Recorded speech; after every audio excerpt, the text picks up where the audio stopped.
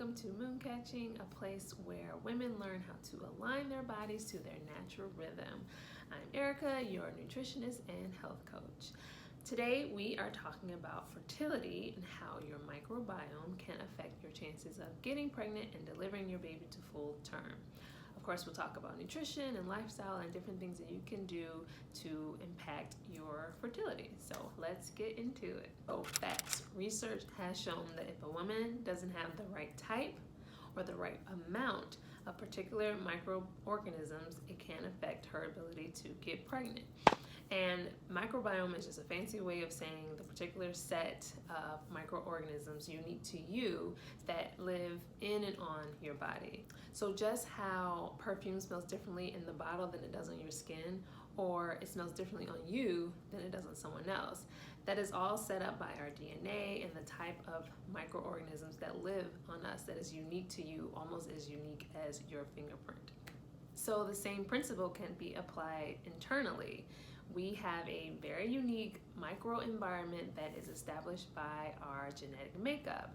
And there is even a whole conversation that we could have about how your microbiome kind of dictates who you are attracted to, but I won't get into that. The reproductive tract has its own unique set of microorganisms that live there, and they live in harmony and in balance with each other. So if something were to happen to disturb that balance, a woman could then develop an STI. Unfortunately, sometimes STIs happen and there are no symptoms. We aren't even aware of it. Some women are then made aware that they had an STI previously when they try to become pregnant and they take tests and realize that they have scarring or some type of inflammation within their fallopian tubes that is preventing them from getting pregnant. So it is important to maintain a proper balance of the good and the bad microorganisms. And another thing, if a woman has an infection before or even during her pregnancy, that can certainly affect her fertility, and it can even cause her to have preterm labor. Another fun term to learn is the word estrobolome. So this refers to specific bacteria in our digestive tract that create an enzyme that activates estrogen from its inactive form to its active form. So it requires the proper amount of this bacteria to make the proper amount of the enzyme to then have the proper amount of active estrogen found in our bloodstream.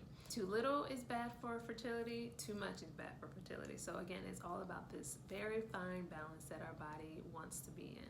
Alterations to our level of estrogen can also play a role in the development of obesity, metabolic syndrome, cardiovascular disease, osteoporosis, cancers. So again, the proper amount of estrogen is very important for female health. And another thing that research has discovered is that a healthy woman with no reproductive issues, she has a different microbiome than a woman with PCOS or endometriosis, or even someone who is obese, and that is affecting her fertility. So there's more research being done to find out, correlation versus causation. Exactly, how can new treatments be created to help support a woman's microbiome, which would then help support her fertility. So what are some of the things that we are doing that may negatively impact our microbiome and therefore our reproduction and our fertility? One is vaginal birth. So of course you had no control over that, but whether or not you were born vaginally is still informing on your health today.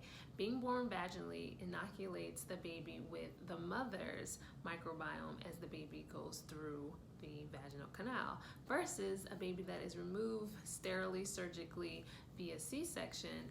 That baby is then inoculated with whatever microbiome is in the operating room.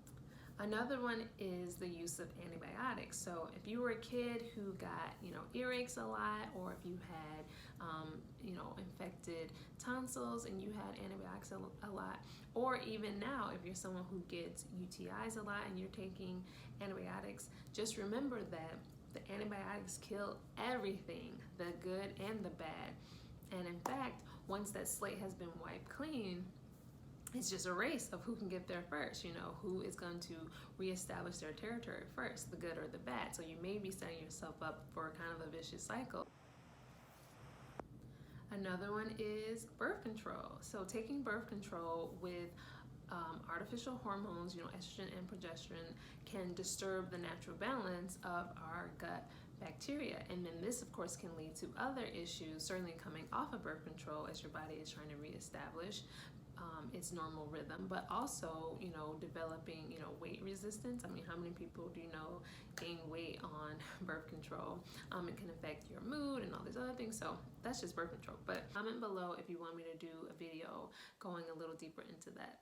And poor sleep. Poor sleep can affect your microbiome because there is a brain-gut connection, a two-way street that is signaling each other and talking to each other. So poor sleep can negatively affect your fertility because it throws off your circadian rhythms and the way that your hormones kind of ebb and flow throughout your cycle. So how can nutrition play a role in all this? What can you be doing or eating to properly support your gut health and microbiome to help support your fertility? One of the things you can do is to eat probiotic rich foods, fermented foods. So that's things like kimchi and miso and pickles, but not like the pickles on the shelf, like actual like fermented pickles like in the refrigerated section. Kombucha and sauerkraut, all these things have live active cultures. Even things like yogurt and kefir, these things have live strains of active cultures that can help establish the good bacteria within our body and to help make sure the bad bacteria stay in low levels. Another thing is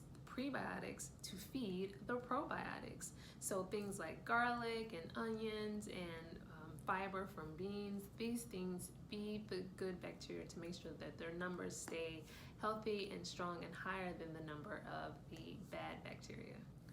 Of course, you can take a probiotic supplement. You can even take a prebiotic supplement. So probiotic supplements are important because they give you a broad spectrum of the healthy, beneficial bacteria that we all need to stay healthy and well. So a couple of good strains would be acidophilus, as well as lactobacillus, as well as L. bifidum. So these are all good strains that are known to help women in particular and to help our digestive tract as well as our reproductive tract. I of course mentioned, you know, avoiding antibiotics when possible, but what do you do instead? So things like golden seal or garlic or honey, all these things have really strong antibiotic and some even have antiviral properties. So you can rely on those as a first line defense, maybe if you don't want to always take antibiotics. Using birth control is a very personal decision and every woman has to figure out what is best for her. So certainly for women who are still taking birth control, it is important to make sure you are then taking your prebiotics and your probiotics. There are resources available to figure out, you know, if coming off of birth control is right for you. You can refer to Taking Charge of Your Fertility by Tony Weschler or The Fifth Vital Sign by Lisa Henderson-Jacks. So these are two resources that I know of to help a woman figure out how to safely, effectively stop taking birth control and to use natural methods to avoid pregnancy. So like always, a balanced diet of fresh whole foods is the best nutrition for most anything. Certainly if we talk about preventative care. So making sure that our body is being fed with the proper nutrients to maintain our body in the proper pH and to be feeding the good bacteria versus the bad bacteria will help just establish good health in the first place.